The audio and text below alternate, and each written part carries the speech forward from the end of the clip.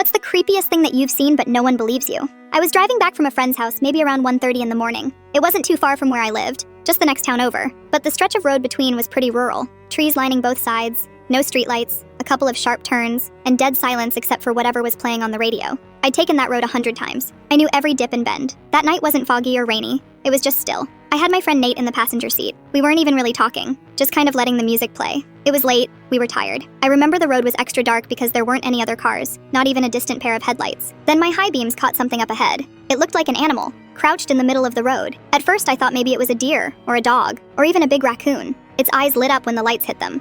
Reflective, like animal eyes do. But the closer I got, the more it didn't make sense. The shape wasn't right. The body was too upright, too narrow. It looked like someone crouching low on their feet, knees almost to their chest. I started slowing down instinctively. I wasn't scared yet, just confused. But at about 15 feet away, stood up, fast, fluid, not like an animal at all. It was a girl, or something that looked like one. She was barefoot, skinny, long limbs, pale as hell. Her hair was dark, messy, hanging in her face, and she was wearing this oversized shirt or dress that stopped at her knees. Her arms just hung by her sides, and she stared directly at the car. I slammed on the brakes. Nate lurched forward in his seat and yelled something like, "Dude!" And then, she was gone. Not like she ran. She didn't move. The second the car stopped, the road was completely empty, like she'd been erased. I sat there, stunned. My hands were locked on the wheel and my foot was still pressing the brake. Nate looked at me and asked what the hell just happened. I said, "Did you see that?" But even as the words left my mouth, I knew from his face that he hadn't. He looked weirded out, though. He kept glancing through the windshield like he expected something to be there. A few seconds later, we slowly started moving again. I was shaking a little. He was quiet. About 2 or 3 minutes down the road, he turned to me and said,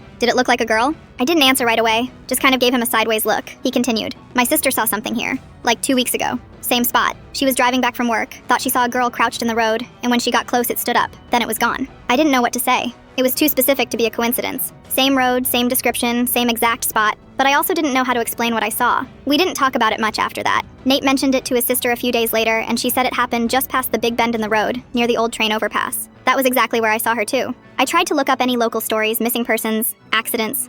Nothing stood out. No recent deaths, no urban legends I could find. I even asked an older guy I worked with who had grown up in the area. He just shrugged and said, "That road's always been weird. A lot of people crash there." Months passed. I stopped taking that road at night. Not out of fear exactly, but out of respect, I guess. Or superstition. Whatever I saw, whether it was something real or something my brain invented in the dark, it didn't feel like it wanted to be understood. I still don't know what it was. I've tried to rationalize it 1,000 times. Tricks of light, lack of sleep, deer caught mid-movement, brain filling in blanks. But the way it moved when it stood up, that wasn't animal, that was human. And the way it vanished, that wasn't human either. Every now and then, Nate will bring it up, usually late at night when we're drunk or sitting around a fire. We don't dwell on it, just kind of say, "Remember the girl on the road?" and leave it at that. But I remember. And I never drive that stretch alone anymore.